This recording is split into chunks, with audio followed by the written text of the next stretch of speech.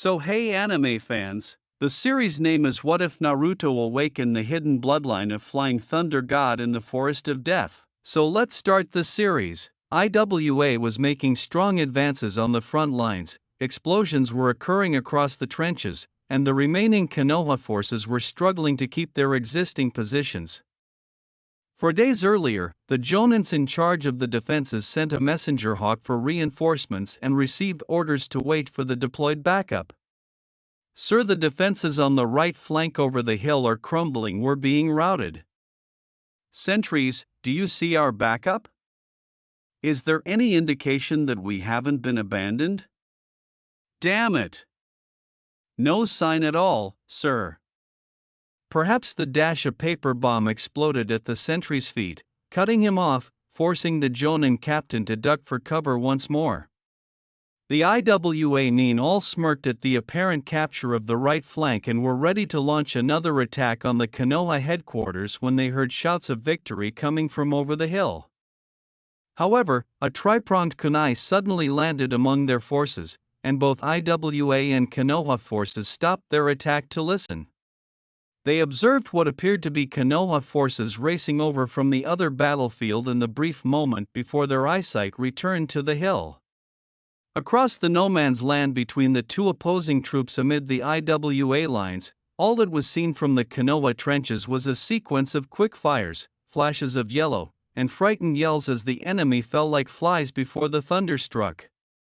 Boom after boom reverberated over the battlefield from apparently everywhere, until everyone was so shaken by the sound that they had to cover their ears. Then there was silence. In just 15 seconds, the lives of over 400 men and women who were simply carrying out orders were silenced, and everyone in the trenches looked in morbid interest and, if they were honest, in utter horror at the murder that had just taken place. The remains of Minato Namake's Hiraishin technique, the distinctive yellow lightning, crackled and faded from his body as the technique died out and he relaxed his taut muscles as he walked over to the Konoha lines. A figure was seen standing among the carnage after the dust kicked up by the thunder's concussive sound waves subsided. He was covered in gore from head to toe, taking deep, calming breaths, and had eyes that appeared dead to the outside world. The Jonin captain exclaimed in amazement at the man in front of him, "Namake's, that was incredible. Captain, don't bring it up. Where is your commander now?" Minato said in a low, calm voice, "I will need a quick debriefing before I head back to Konoha," as his arm briefly jerked uncontrollably.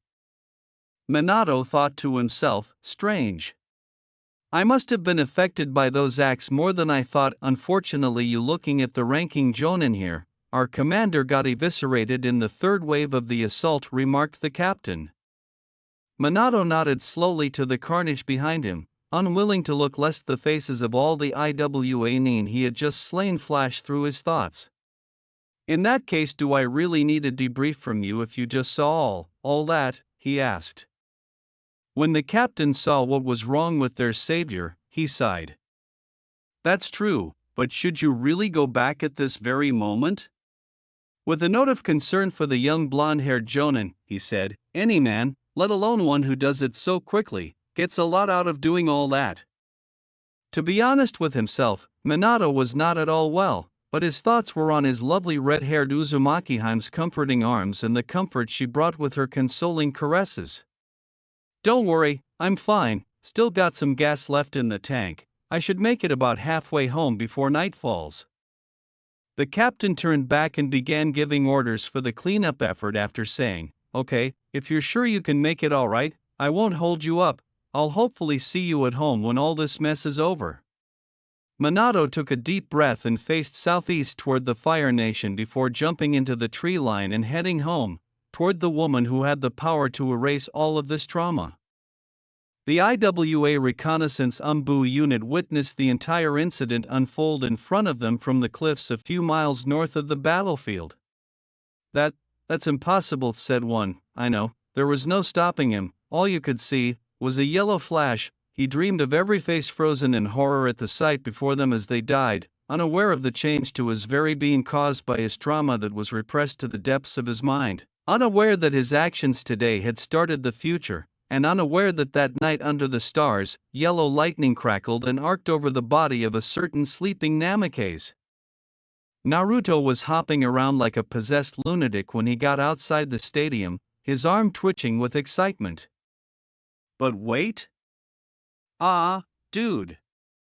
He screamed in his head. He thought his damn arm had stopped after that motivational talk with Hinata-chan. Wait-chan?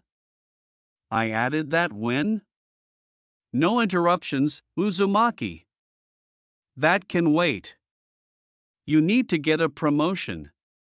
Jutsu flashback. No, Naruto was attempting to control his arm as he went along, hating that he was getting anxious now that the tests were only an hour away.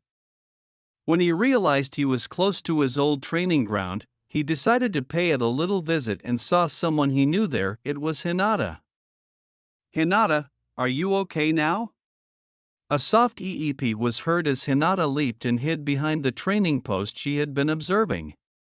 Why are you here, Naruto-kun? Isn't it the finals today? Well, I just came to check out this practice field, since this is the place I became a genin, Naruto said after giving her a questioning look. Oh, why? Nothing. It doesn't matter.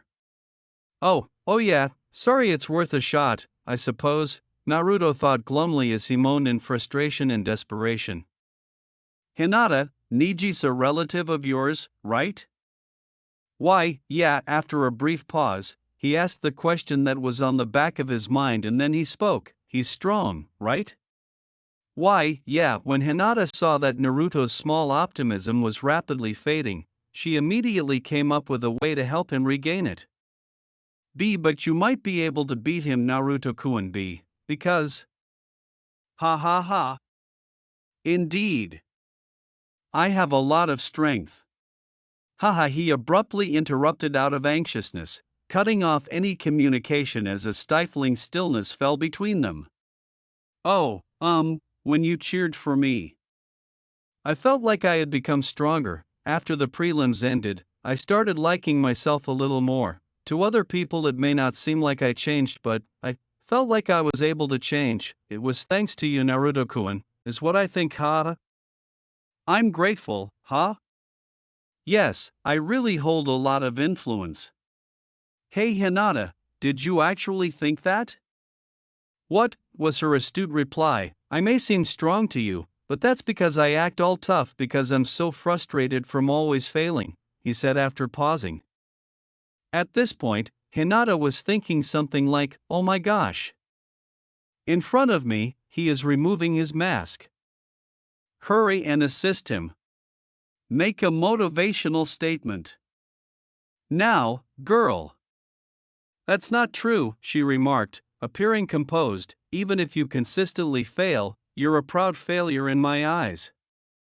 I feel a powerful emotion when I look at you, Naruto-kun, because you are not flawless, and even if you fall, you have the will to rise back up, and I think that's what true strength is. After standing there in stunned quiet for a while, Naruto regained consciousness and smiled, saying, Thanks, Hinata. I was feeling unusually down earlier, but now I feel fantastic. You know about you, I thought you were a plain-looking dark weirdo. For a moment, Hinata's entire world fell apart. He thinks I'm weird? But a person like you, I really like. As she stared in stunned silence, her thoughts shifted from complete chaos to a frenzy. He said he likes people like me. Well, you had better come see me kick that Niji guy's ass because I'm heading to the exam. Later. And without turning around, he walked away with little more than a tough guy over the head wave. No jutsu flashback. Kai. And, if that was lengthy, apologies. Staring as the twitching in his arm subsided once more, Naruto strode into the competitor's entrance, buoyed by Hinata's confidence boost. He then walked out into the arena and took his place in the lineup, but his confidence took another hit as he turned to face the audience. He couldn't resist drowning out the proctor and letting his thoughts wander because everyone, including the younger generation, was frowning down at him from the spectator stands. OMG. Even after all this effort to reach the finals and demonstrate my ninja skills, they still treat me like gutter trash and think I smell like it. What must I do to win their acceptance? And I'm not that nervous, so why is my arm still jerking bloodily? First match Uzumaki Naruto vs Niji Hyuga was announced by Hayate in a commanding voice, eliciting laughter from the audience. Even the crowd knows your fate, Uzumaki. Listen to them predict your downfall, Niji told Naruto as he crossed the field to the center. Naruto listened, and his mood only grew worse as he heard glimpses of what the crowd was yelling at him in particular. Things like "you're gonna get what's coming to you, brat," along with "revenge will finally be our demon." Additionally, the Hyuga will get vengeance for us now, scum. Why are they all unable to simply stop talking? Right now, I don't need this. As he stretched and assumed his prepared position facing Niji, Naruto thought. As he thought this, his arm twitched and he leaped about a foot in the air, making people laugh at him. He screamed in his head, "Mother f***, that hurt, damn it," as if he had been shocked all the way up his right arm. And my arm is still twitching. He was growing irritated because this might now significantly hinder his use of taijutsu and hand seals during the battle. Unfortunately, Hayate's shout of "Hajime" left him without time to think. And Niji ran straight after him. As Niji dealt with the clones, Naruto watched him and attempted to think of a way to get past his taijutsu technique. Naruto evaded by flipping over Niji's head and got some distance, managing to spam some clones to stall him so he could think of a plan. Let Naruto think for a while. Janken, what is the name of the Hyuga style again? Juken, no? Yes, exactly. What does it do now? If my memory serves me correctly, it targets the chakra points. Hey, how did I find out? Alright, this day is becoming increasingly strange. Whoa! Throughout his thoughts, Naruto was unaware that Niji had struck his stomach after dealing with his clones. Humph, admit it, Uzumaki. You are a failure. Everyone knows that you will fail, so why resist your destiny? Niji, I don't believe in fate. If I had, I would have died long ago in a village alleyway, and everyone would have been content and unconcerned. However, I lived because I wanted something more than what I had. I wanted to be a ninja and alter people's perceptions of me. Now, look. I'm in the Chunin exam finals, facing off against the village elite, the prodigy of the Hyuga clan. I control my own destiny, so if I fail, I'm a proud failure. We shall see. You are still going to lose. As I said, fate has predestined it. Without providing him with a response, Naruto simply hurried him with more clones, saying, gotta think, get past his, ha.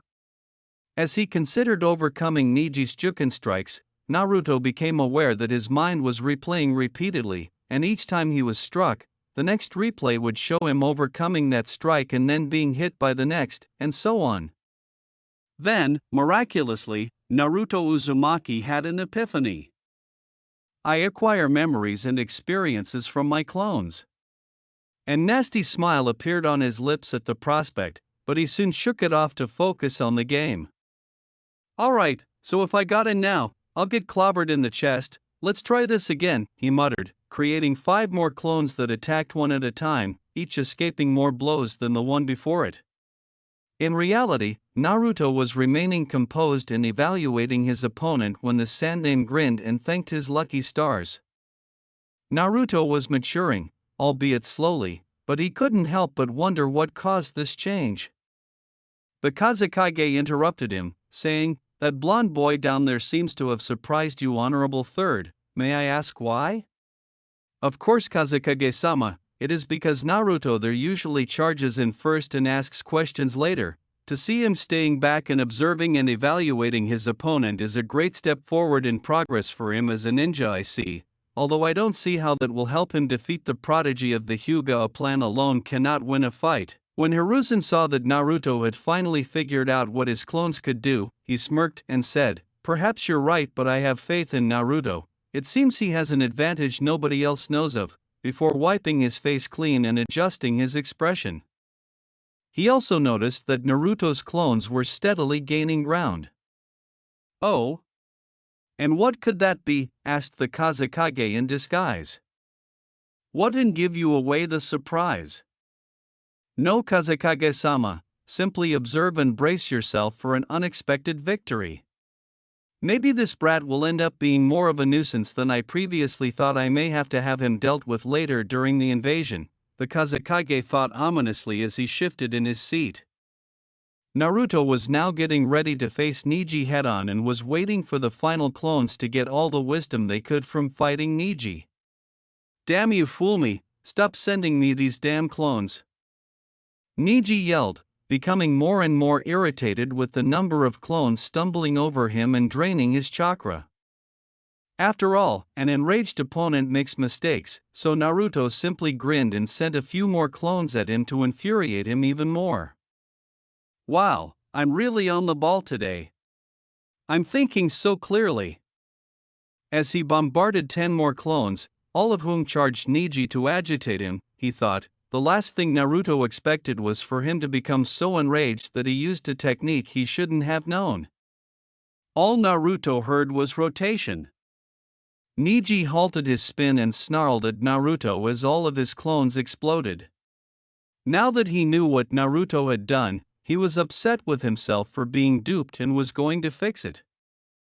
"I was meant to save that technique for a later fight. No matter, I will end this now. You are in range of my divination," he said sharply. "What?" said Naruto. Was ready for anything Neji would do, but he wasn't ready for this. Neji hit swiftly and accurately, moving faster than Naruto could keep up. 2 palms and 8 trigrams. 4 palms. 8 palm. 16 palms. 32 palms. 64 palms. 64 palms, 8 trigrams. As Naruto hit the ground, the audience applauded. He might have fallen, but he was still aware and gradually growing agitated by the cries that came into the stadium. "Finish him, get the demon out of us. Destroy him, that's it. I'm not going to give up." A weird yellow light started to flare up in Kyuubi's cage chamber deep inside Naruto's head, and I would arc over the walls and bars of his cell. All he could say was, "Well, this is interesting, this has never happened before." As a little yellow ball sprang out outside the cage, startling the Kyuubi and causing his chakra to spike wildly. "It's chakra again."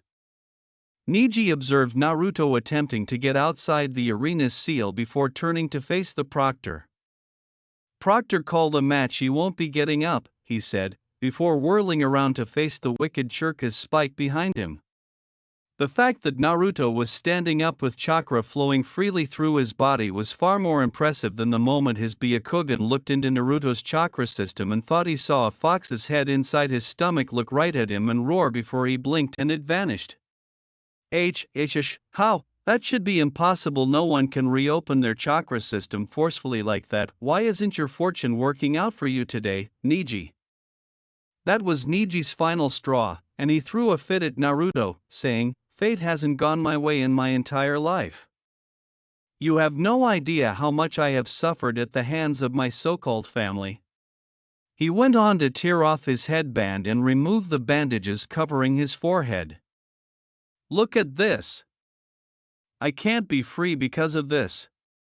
Do you know what it's like to spend your entire life in a seal's shadow? You don't do yourself." Neji heard Naruto mutter softly, "You're wrong, Neji. I understand exactly how that feels." "What? How were you able to?"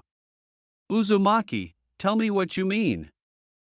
Hinata was using the Byakugan to read Naruto's lips when he stated, "Okay, but see the faces of the villagers who hear me speak with your Byakugan, then you will know my truth." Naruto's voice was darker than usual. "Oh Naruto, this is the second time today you've let down your mask today. What makes you suffer so much?" she sighed. After a brief interval, Neji turned on his Byakugan. As he began a story that will alter someone's life today, Naruto began to peak in a dead voice. 13 years ago the Kyuubi attacked Konoha. We lost many ninja and the village would have been destroyed if it wasn't for the Yondaime. Don't wait, I've heard this story before. Stop talking and pay attention, I'm not stalling. When Naruto glanced at the Kage box, he saw the Sandaime watching in terror as he lip-read. Naruto realized what he was doing and shook his head, telling him not to. Naruto chose to ignore him, then attacked half seriously to give the impression that they were still fighting. As I mentioned, if it weren't for Yondaime, we would be destroyed. He went into battle to stop the fox, but even he was unable to defeat it. Therefore, he devised a different plan. He took an orphan and sealed the fox inside a newborn so that the baby's chakra coils could adjust to the fox's power. His final wish was for me to be viewed as a hero. But this village spat on him and his request. I was kicked out of the orphanage when I was 4. I lived on the streets for almost a year when the Sandaime found me. I was 4. Neji was so taken aback by this revelation that he was unable to stop Naruto from continuing.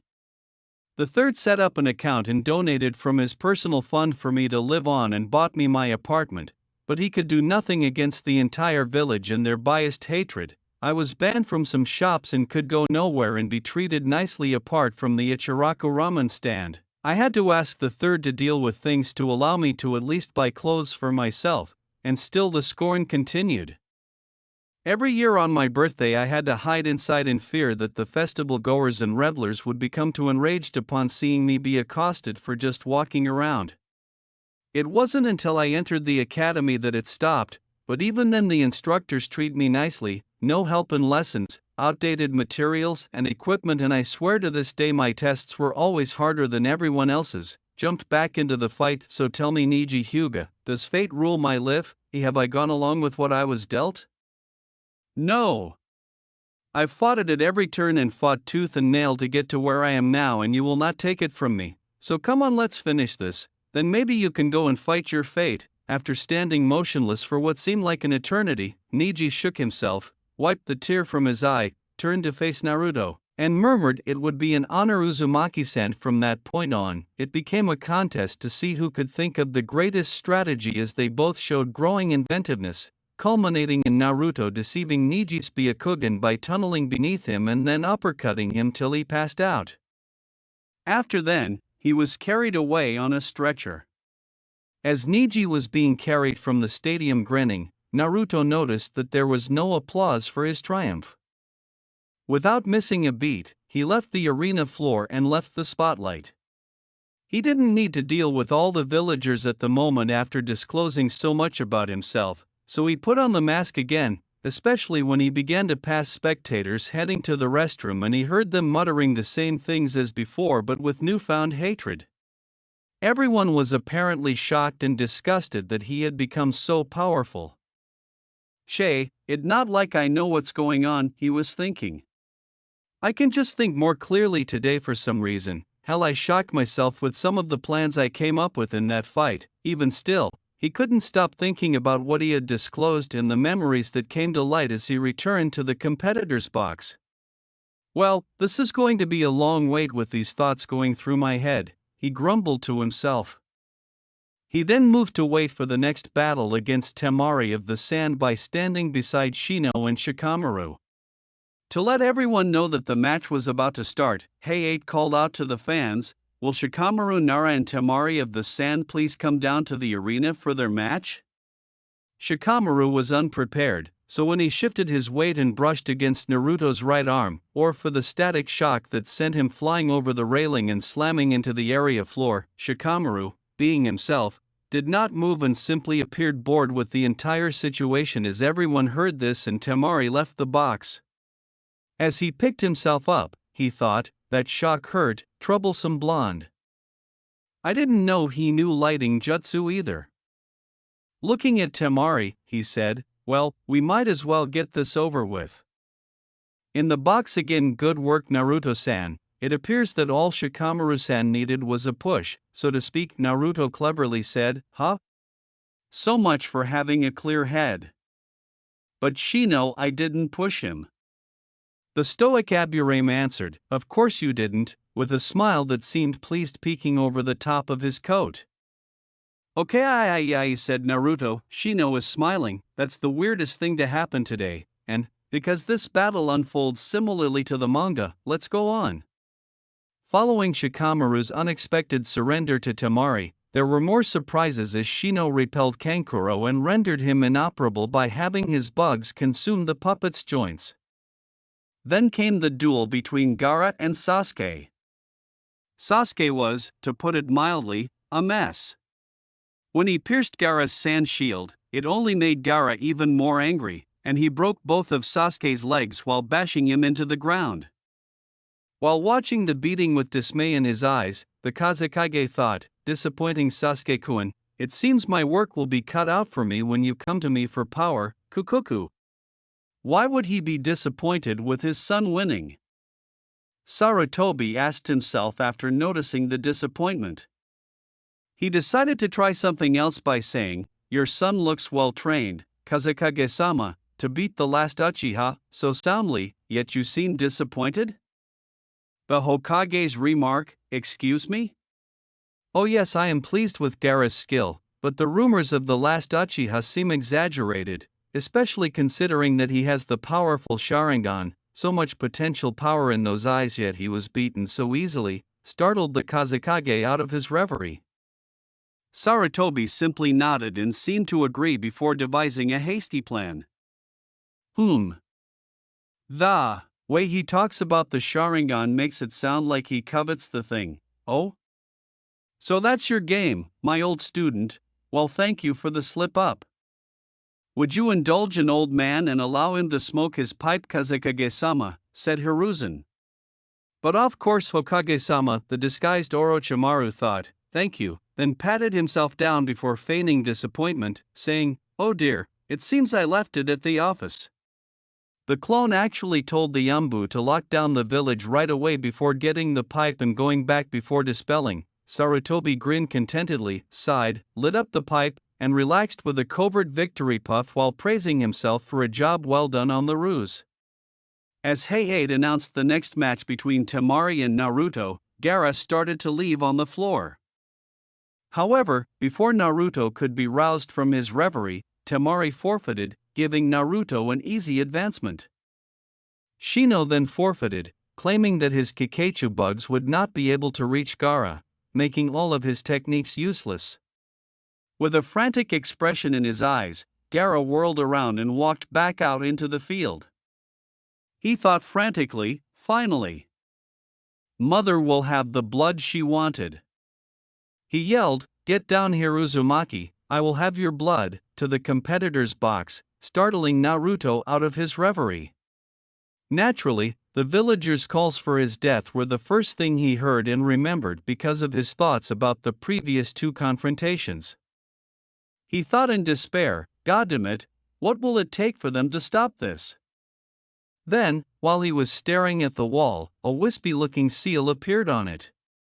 He blinked, and it vanished, leaving him to ask himself, "What the hell?" as time slowed down for him.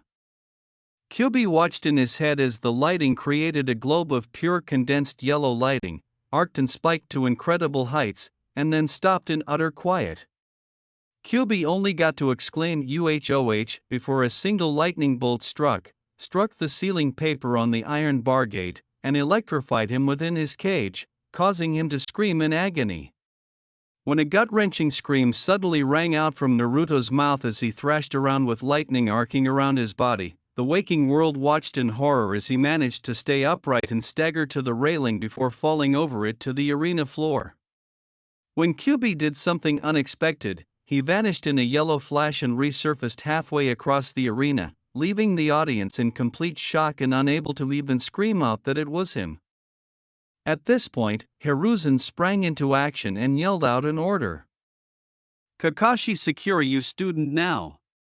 Kakashi leaped from the stands, followed by a man who chose to assist, but they were violently thrown away as lightning arced across the field. Everyone was in disbelief at what was happening as Naruto stopped yelling and collapsed backwards, unconscious. The Kyuubi brat simply employed the Yandame's technique. Kakashi hurried over and felt for a heartbeat. Then he said, "He is just unconscious, Hokage-sama." The Sandane commanded in full authority mode, "Take him to the infirmary quickly." With Naruto in his arms, Kakashi hurried off. The Hokage, resting on the railings of the Kage box, said, "Hey 8, announce the winner." He was thinking deeply. Naruto what was that? Was that the Kyuubi's doing? Winner by default Gaara of the SA dash. A frenzied Gaara threw a wall of sand at Hey 8. He screamed in a fit of wrath, "Nana no mother demands blood." The sand covered half of his torso, becoming a huge arm of clawed sand. All of the civilians were put to sleep as the Kage box exploded in smoke and feathers started to fall from the ceiling at the same moment. At last, the Konoha invasion had started. After arriving at the infirmary, Kakashi stood aside while the medical staff examined him. "Well, Kakashi-san, it appears that Uzumaki-san is just passed out. He should be fine, although I cannot begin to explain what happened." The room was suddenly rocked by a huge explosion, and a Chunin entered the room and yelled that Oto and Suna were invading them. Kakashi told the Chunin, "No one get into this room, do you understand?" before making a sushin and leaving the room to return to the arena. In the meantime, within Kyuubi's seal, Naruto was also unconscious here, but the Kyuubi wasn't focused on that at the moment. "Yandame, Kyuubi Yandame." "Kyuubi," the Kyuubi snarled while maintaining eye contact with the man who had brought him here. Jutsu flashback. No, as the lightning continued to arc into the seal and cause him excruciating pain, Kyuubi let out a wail of agony. He observed as an ethereal shape was drawn out of the seal and given concrete form, thinking, this was unexpected. As he attempted to see what was happening on the other side of the bars of his prison. As the man's head flew up and his blue eyes met his blood-red ones, Kyuubi growled low in his throat, alerting the man to his presence. Kyuubi gazed down at the man who was breathing heavily in front of his cage, wondering how in the hell this had happened. Jutsu Kaino flashback. According to Minato, something is wrong as he kept staring down Kyuubi. "Ha! You think," was Kyuubi's mocking response. "I hoped never to see you again. I hoped my failsafe would not be needed. Lucky you then. I am not breaking free and the failsafe has not activated, then how am I here? As much as I would love to withhold that information from you, I am afraid to say that I do not know. You will have to ask the big glowing orb thingy behind you." "Impossible," Minato cried in his mind as he spun around and peered at what appeared to him to be a compressed ball of Hiraishin lightning. "Now I'm really confused," he said. "I assume then, from your silence, that my assumption was correct? This ball of bright yellow lightiness that taunts me with its resemblance to the sun, which I have not seen in years by the way, is in fact your accursed Hiraishin technique?"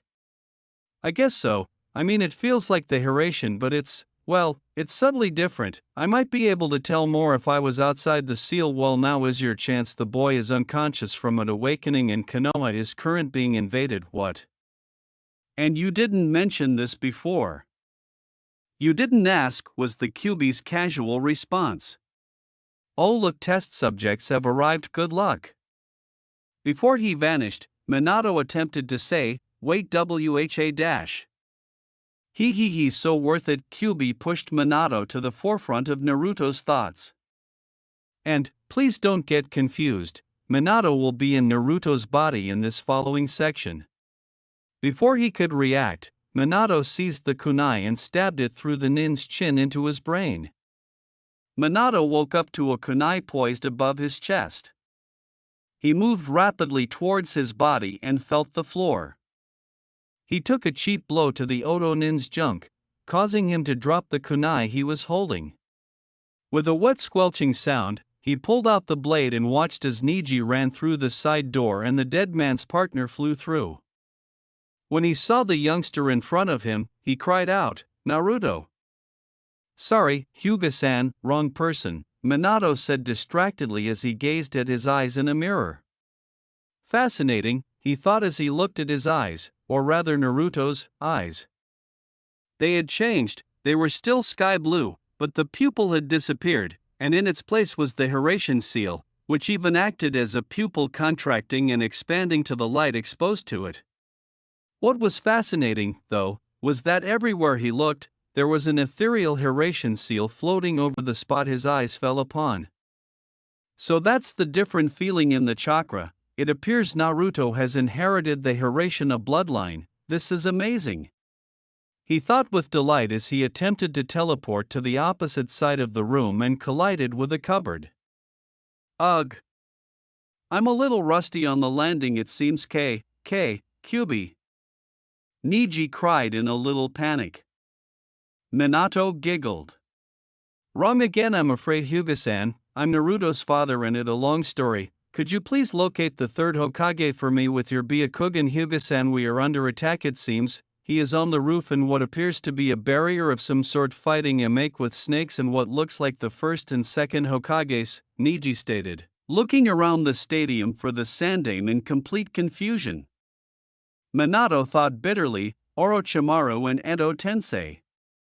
Thanks kid, he said, before vanishing out the door and focusing on the end of the hallway. He Hiraishined to the end of the hallway and, as a little practice, managed to stick the landing this time and repeated the procedure to get outside. When he came out, he went to a person he recognized in the arena who was engaged in combat with a fellow wearing all green and sporting a bowl cut. Kakashi. When he heard that shout, Kakashi turned around and saw Naruto sprinting in his direction. Naruto, he inquired doubtfully.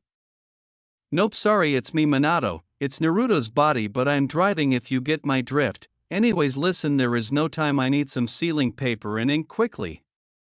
With an incredulous nod, Kakashi handed up his whole equipment pouch and watched in disbelief as his supposedly deceased sensei fled in his son's body. Minato glanced to the arena's roof and teleported there, where an Umbu unit was observing the battle within the barrier. Minato quickly stopped next to them and asked, "Hey, why aren't you trying to get into the barrier?" The head of the Umbu squad, wearing a boar mask, said, "We've tried, kid, but the barrier is too strong." "What are you doing here anyway? You should be assisting the civilians in evacuating to the caves."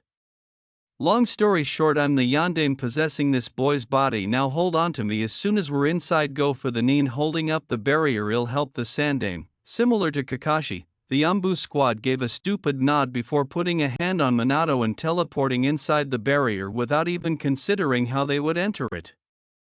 Nevertheless, as soon as they returned, they went for the Sound Four, who were compelled to shift positions, which caused the barrier to collapse. When Minato Hiraishin attempted to deploy a Rasengan between Orochimaru's shoulder blades again, it only remained active for a second before fading because Naruto had never used Rasengan. Nevertheless, Minato only needed a second to use it, and the snake pedo flew across the roof. As he leaped back from the Shodaime and Nidaime he was battling, Hiruzen yelled, "Naruto, what the hell are you doing here?" "I'm Minato, old man. It a long story, just switch opponents with me quick." Saratobi hesitated for a while before nodding and following suit by approaching and interacting with Orochimaru. Before bowing before the first two Hokages, Minato turned to face them. He remarked modestly, "It is an honor to test my skills against my predecessors." "You are a Hokage?" the Nidaime questioned with a laugh. "I was the Yondaime before I was forced to use the Reaper Death Seal and seal the Kyubi inside my son, whose body you see here, along with some of my chakra when it was ripped from my wife the second Jinchuriki during childbirth. They did not make it very far before Minato Hiraishin stomped at the back of their knees, causing them to topple over backwards. then slapped pieces of paper on their foreheads and yelled "Seal" as the Kages watched in awe before being compelled to charge him to assault. As Minato rose up and watched Sarutobi remove Orochimaru's arms using the Reaper Death Seal, he thought to himself, well, that was easier than expected. He blasted, "My jutsu! Curse you, you rotten old fool, I will get you for this," as he completely fled the battlefield. When the Sandaime murmured, "No you won't," he turned to witness the Shinigami start to take his soul as payment before he passed out. That is, until Minato blocked the path and faced the Death God. Per the contract it states a soul for a soul, you have only taken the arms of a spirit, not the entire thing Shinigami. You may only take his legs as fair payment, those are the rules and you know it, you greedy son of a bitch. After squinting his eyes and removing his dagger, the Shinigami severed Hiruzen's legs from his soul and vanished. After taking a big breath, Minato sat down beside Hiruzen to wait for the Umbu. However, when they got there, they brought a prisoner with them. It appeared that the female from Orochimaru's guard had been overpowered. They all experienced demonic twisted chakra at this point, and as they turned to face the forest, they saw a gigantic sand tanuki emerge from the tree line. Minato sighed after giving it a quick glance. As he returned to the seal and Naruto awoke, he thought, "Screw that Naruto, you up." After he appeared to wake up on the roof next to the Sandaime and was instructed by the Umbu there to deal with Gaara, who had changed into the enormous Biju that was rushing towards the village, Naruto had to spend the entire day with the recuperating Hokage, who was now confined to a wheelchair because of his use of the Reaper Death Seal and the loss of his legs. It was clear that the day had been exhausting. Finally, he thought drowsily as his head struck the pillow, "Sweet dreams, Naruto," he signed. When he opened his eyes after lying there for what felt like an eternity, Kyuubi was looking down at him. He uttered the words, "Or not allowed to no one in particular," anticipating silence. A voice behind him remarked, "Hee, sorry Naruto, no dreams yet," which made him swivel around in horror. His jaw dropped to the ground as his eyes swelled out of his head at the sight of the Yondaime, who was grinning at him. Minato spoke, "Hello Naruto, we need to have a chat," hoping for a meaningful first encounter with his son. However, that didn't happen. In an instant, Naruto was across the room from them, his fist buried in the Yondaime's gut. This may have caused Minato a great deal of distress if Naruto had been older, but because of his diminutive size, it didn't even force him to release his breath. When Naruto saw this, he began to beat weakly on Minato's torso while letting out all of his emotions in the form of tears and repeatedly muttering in a feeble voice, "It's all your fault, bastard," revealing what was hidden beneath his mask. Naruto had been under a lot of pressure from the villagers in the stadium and after the invasion. A 13-year-old boy who feels like he has the entire world on his shoulders, Minato gazed down at Naruto in complete disbelief before turning to face Kyuubi, who, to his surprise, appeared to be watching with a sympathetic expression on his face. The powerful Biju saw Minato staring at him and remarked, "I will admit that I have not been exactly nice to the boy in the 2 times we have met, but what the village has done to him since the beginning even I would consider cruel. Why didn't you say anything when I first appeared?" "Because I was trying to work out why you appeared, fool," responded the Kyuubi with an irritated voice. "If you wish to understand what he is talking about, have a look at his memories, but for now calm him down and explain what we have found out. Naruto, I don't know what your life has been like, but I did not intend for it to go so horribly. Trust me, if this had never happened you would have had a loving mother and father and grown up happy, but the attack occurred a mere hour after you were born and I was out of options," Minato said, nodding and turning back to face Naruto, who had now released him and was still crying. Naruto said softly, "It doesn't matter either way, my mother and father still died in the attack." Minato smirked lightly and said, "Well, I wouldn't exactly call me dead if I'm stood here, would you?" "What?" was Naruto's reaction as he paused at those words. Think, Naruto, if I couldn't use my own child, how could I ask someone else to give up theirs? I knew that no matter what happened you would not give in to the pain and lose yourself to the power you contained. Your mother managed to live a very happy life while she contained Kyubi, and while you look so much like me physically you take after her so much in your personality. Do you love ramen as much as her? With tears in his eyes, Naruto nodded and proudly reflected, my mother loved ramen as well. Now that I'm here I'll try to make it up to you as much as I can, but first there is some explaining to do. And, since you've all likely heard the origin narrative 1,000 times in other novels and manga, I won't go into detail. Instead, I'll just summarize it in a few phrases and describe his actions from the first Hokage and his wife's sealing of the Kyubi to his mother's death and the night of his birth, when the supposedly immortal Uchiha Madara abducted Kushina, tore Kyubi from the seal, and used genjutsu on it to attack the Leaf Village after kidnapping a newborn Naruto. After listening to everything and being astounded by the information that had been withheld from him, Naruto did something unexpected for Minato at the end. He turned and went directly through the bars of Kyubi's cage before bowing at the waist. I'm sorry, he muttered, keeping his back to the ground. With a clever question, what? Minato snorted and covered his lips to stop the laughter, which made Kyubi growl at him. I said I'm sorry. When I first met you I screamed at you and demanded you chakra as rent, so to speak. I assumed you were a monster who could only cause destruction, but a monster is not intelligent. It can't speak or reason. When Kyubi deadpanned, Minato suppressed his fresh laughter and Kyubi growled menacingly at him once more. Gee, thanks for the compliment, you didn't let me finish. While a monster can't do those things, you can speak and hold conversations, you are intelligent and you were used. I blamed you for everything wrong in my life and I now realize you were as much a victim as me. You were controlled by this Madara guy and forced to attack us, so I'm sorry for everything that's ever happened to you and I would like to start again if you would like to. Kyubi pondered, nobody's ever said sorry to me before. Could he be the one you were talking about? And kept staring down at Naruto until he straightened up and gave the Kyubi a head-splitting grin. With his arm raised and extended in front of him, palm facing forward, he stated, my name is Naruto, Naruto Uzumaki Namikaze. Would you like to be friends? After bringing his gaze down to Naruto's level, Kyubi questioned, how can I trust you? With another smile, Naruto said, because I'll help you get that Madara guy.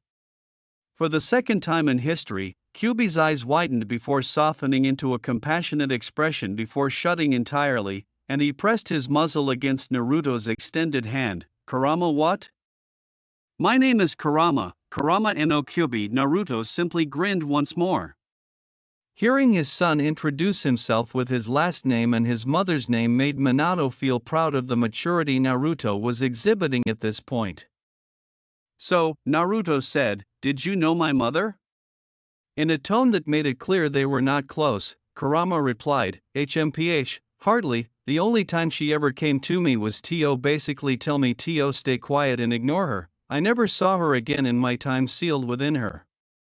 Yet if you want to know about her life as a Jinchuriki, then I can tell you she had a pleasant one, especially when he was cut off when he heard a womanly cry and a tiny flash from the seal.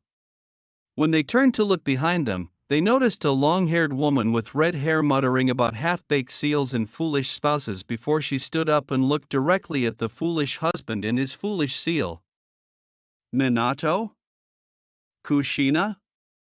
Minato. Kushina. Mom? Naruto? Mom.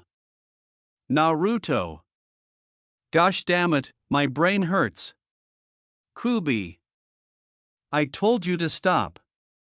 Kurama yelled, suffering from a headache from the back and forth between the tiny individuals.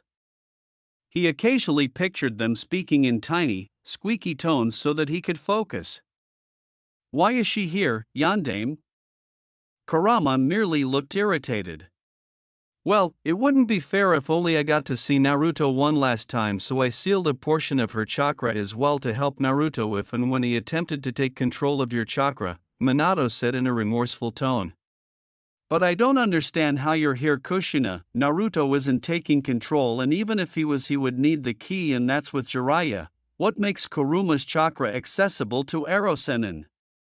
Confounded, Naruto inquired. Long story, he's your godfather, tell you later. Minato responded hastily as she tried to think of a reason why Kushina could be ejected from the seal in that manner.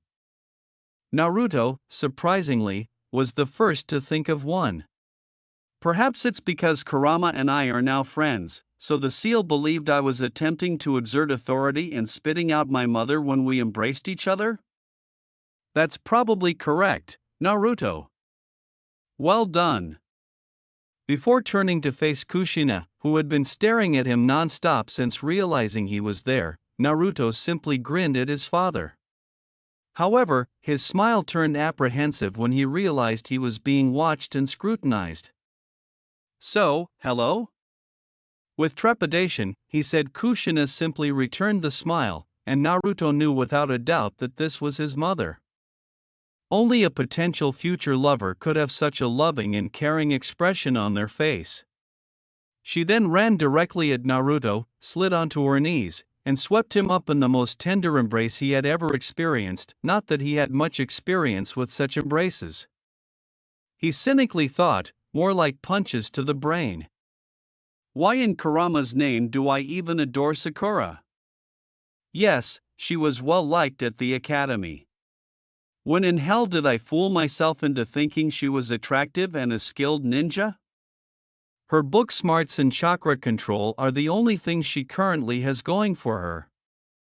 Then an idea that had been bothering him surfaced. Hey, Dad. I've noticed that lately I'm thinking much more clearly, scheduling fights rather than charging, and a lot of other things that I didn't know or realized I knew. Is it because you're here? Well, kind of, I'm the reason, but it's not because I'm here. You kind of have a bloodline, I guess? Minato said with an uneasy smile. Naruto heard his mother make a high-pitched noise that sounded like squeee before he could respond, and he was pulled up and whirled in the air. Naruto simply laughed it off and stated he liked it and it was good to be hugged by her before abruptly being let down quickly and a red-faced Kushina apologizing for the scene. This caused her tears to start all over again and resume the hugging. Kushina was left an orphan after her original home, Uzushiobikure, was destroyed. She had always wished to have children of her own and never leave them alone like she was, but circumstances worked against her wishes, and Minato once again stood by and thanked his lucky stars that he was able to witness this. After allowing the situation to completely set in, Kushina felt it was time to ask some inquiries. Wait, what is the bloodline of my Masuko? Since the Uzumaki longevity isn't truly a lineage, I don't have one, and if you do, you've never mentioned it to me. Kushina's accusing words made Minato perspire. That's then, because I was somewhat unaware of it. As he spoke, he observed Kushina's eyes gradually getting smaller with each sentence. Because you were unaware of it? Something that you were unaware of that would endanger any future children I might have. When Naruto learned he had a bloodline, he was ecstatic. In your face, Sasuke team. Before he heard things become silent, he was focusing on everything other than his recently found parents and their now acrimonious arguments about marital secrets. When he turned around and saw them sharing a passionate kiss, he was immediately repulsed and cleared his throat aloud. Pardon me, Two-san. I know you haven't seen your mother in 13 years, but my ancestry? An eep. Kushina leaped out of Minato's grasp and glowed red, saying, hee, Mom is doing the same thing as Hinata. Holy shit! Before hearing his father clear his throat, Naruto's thoughts were racing. I am so talking to her when I see her next, he thought. Kushina and Naruto gazed up to see the enormous glowing orb of Hiraition chakra hovering close to the ceiling, and they said, oh yeah right, your bloodline is actually above us. The thing is it's a little different. While I had to use my tri-pronged kunai as an anchor point, Naruto has the advantage of a seal-based jujutsu, Minato said in response to Kushina's question about whether the lighting was indeed what she thought I was. Yada! Naruto yelled with delight, "Take that, Sasuke team! A dujitsu, not simply a bloodline." Actually, Naruto, it's a chakra-based/I-based bloodline. The chakra is special as it is based on my time-space teleportation technique I was famous for, Sugoi. I am capable of teleporting. Yes, I am amazing. Before Minato was able to grab him and stop him in his tracks, Naruto was now jumping up and down in enthusiasm over the news. He looked into his reflection in the water around his feet and was astounded to see that his pupil had transformed into a seal. Now listen, Naruto, I need you to concentrate chakra to your eyes. You should feel them change, almost like you have liquid pouring into your very eyes. Naruto became serious and did so before gasping at the almost calming sensation. That seal is of my design for when I created the technique, although it is subtly different as it is keyed to your blood, not mine. This should hold true for any children you have in the future. Kushina took advantage of the inquiry. How do you already know all of this? When it woke up, Naruto kind of passed out from the pain of the Chunin exams, and then Orochimaru attacked Konoha, so I kind of went for a test drive, so to speak, and do some field study on it, Minato said, stalling for time, just around his wife. Let me get this straight, you took control of our son's body, my baby, so you could go for a test drive and have fun? Kushina reddened for the 1000th time throughout this talk at the foolishness of her alleged genius husband. What is the matter with you? Minato's hair stood up and split into 9 segments, and she ended herself behind Naruto, frightened at the sight of his Heim's rage. The nearly forgotten Kurama muttered, "Bitch be biting my style" during this conversation. I really can explain my love. A terrified Minato yelled, and Kushina's entire expression changed at once. Her hair fell back down, and she grinned at him. Oh? Then, my husband, could you please explain? I'd really like to know why. By this point, Naruto was trembling with his father and utterly disregarding the fact that he was still his father's human meat shield against his mother's wrath because he was afraid of how quickly her attitude had changed. Naruto Uzumaki Namikaze made the decision that he would never, ever intentionally offend his mother. He was about to be murdered by Otonin. It was only because I took control that he survived and managed to fight off the attackers and help the Sandaime. Both Namikaze's men sighed in relief as Kushina gave him a serious look before he sighed and agreed that he had done the right thing. She then went on to ask further questions. What caused you to create this bloodline in the first place, and why has Naruto-kun only recently reawakened it? Well, before I answer that, you must promise me something, my love. That depends on what I have to promise. You must promise that you will not attempt to kill or maim me, Naruto. Kurama-who? Naruto barged in, saying, "Oh, you're not sure yet, are you? Come on over here." Oh, am I being included once more? What? Never mind, Naruto went on. Oh, alright. Kurama no Kyubi, the nine-tailed fox, meets Mum. You've got a name.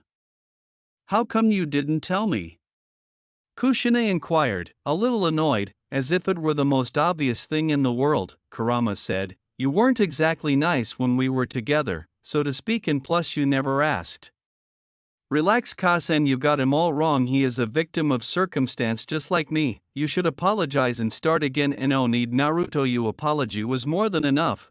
Consider it water under the bridge, little Miss Tomato, Kurama said with a chuckle. Tomato? Did Naruto ask? Oh. In the arcade, it's nothing. Kushina rushed in with a slight flush, embarrassed that she was so overweight when she first arrived at the academy. Minato laughed, recalling what the Kyubi had been discussing, but stopped as soon as Kushina rounded on him, her hair up. With a short squeak, "I'll be good, WHTCH." Kurama whirled his tail in the air, causing Naruto to chuckle. He understood what that meant. As I was saying, you may not get into a rage after my explanation is done. Promise or I will not tell you, Minato said, frowning and clearing his throat. Kushina crossed her arms and sighed, "Fine, I promise." He coughed, not wanting to give away what he meant by held. Kushina blushed as well, but fortunately Naruto was too focused on the story to notice.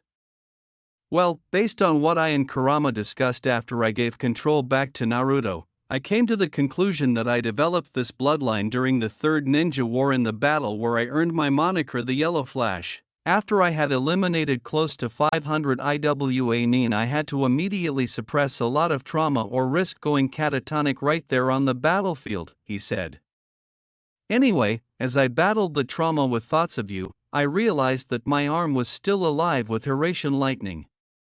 Looking back, I can 90% confirm that this is when it merged with my DNA, creating the Kekkei Genkai no Raijin, bloodline of the Thunder God. I obviously didn't notice because I had always used it, so I assume it was caused by the trauma I had experienced. Now, based on what Kuruma told me, Naruto, I can only assume that you weren't treated like a hero as I asked? Naruto looked down, saddened that his father was aware of it. You mean he wasn't hailed as a hero for containing a furious Kuruma? Kushina cried out in terror. No, Mom, Naruto said softly. The whole older generation somehow discovered that I was a Jinchuriki and saw me as Kurama reborn. I was banned from some stores and overcharged in the rest. I hide on my birthdays because the Kyubi festival makes the villagers angry at me if they see me. As a result, most of my generation imitates their parents, so I don't have many friends, but I did find some people who like me. Kushina simply held on to the now crying Naruto, with tears in her eyes once more, as Minato joined them. I'm here, Koichi, I'm here. My little Naruto. And Naruto enjoyed the comfort they provided since he had never felt so secure as when he was sandwiched between his parents. Do you feel better? After his tremors subsided, she inquired, and he nodded against her neck.